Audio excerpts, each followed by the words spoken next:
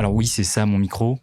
Qu'est-ce que tu vas faire? Vous savez, c'est marrant parce que plus j'avance dans la profession de photographe et vidéaste, donc professionnel de l'image, plus je me rends compte que les clients n'en ont presque plus rien à foutre de l'expertise. Et j'ai l'impression qu'à l'ère de la création de contenu, là où le plus important c'est de faire des interactions, de faire des likes, d'avoir des followers, les clients ont tendance à penser qu'un professionnel, mais quel que soit le milieu finalement, même pas que de l'image, doit être un créateur de contenu. Alors je sais, je suis pas le premier et je serai pas le dernier à en parler, mais je trouve ça assez fou qu'aujourd'hui, quand un client cherche un prestataire de service, il aille regarder son compte Instagram en priorité. Et oui, je sais, je grossis les traits, tous les clients ne font pas ça et heureusement, mais je trouve ça quand même fou qu'on se dise, le gars ici a 100 000 abonnés, donc il est meilleur qu'un gars qui va en avoir 100, 200, qu'importe. Et oui, je sais qu'aujourd'hui, il faut jouer le jeu d'Instagram, de TikTok, etc. À votre avis, pourquoi je fais ce reel? Non, parce que sincèrement, s'il fallait se plaindre tout seul dans sa chambre en pleurant, ça, je sais faire.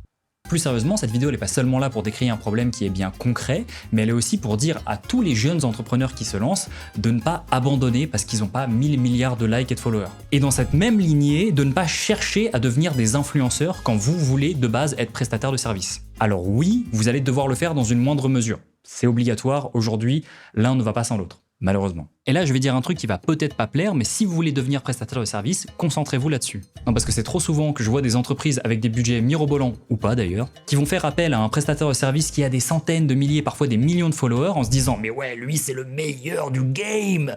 Ouais, les clients qui font pas la différence, je les imagine parler comme ça. Et qui, au final, sont pas forcément satisfaits par la prestation, parce que avoir des followers, ce n'est pas être bon techniquement, ce n'est pas être bon humainement, et ce n'est pas être un bon professionnel. Oui, j'avais oublié de faire une conclusion, donc je la fais aujourd'hui chez mon client. Mais en bref, pour conclure, oui, pour être visible, vous allez devoir créer du contenu pour les réseaux.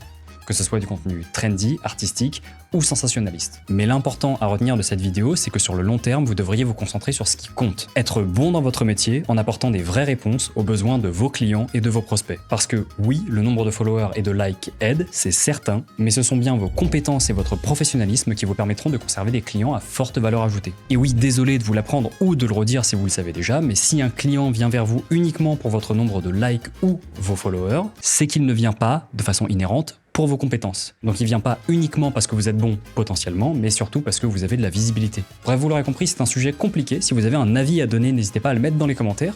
En tant qu'ancien youtubeur, je sais pas du tout comment clôturer un Reels ou un TikTok ou ce genre de choses. Je sais pas, abonnez-vous, cliquez sur like, repartagez. Au revoir.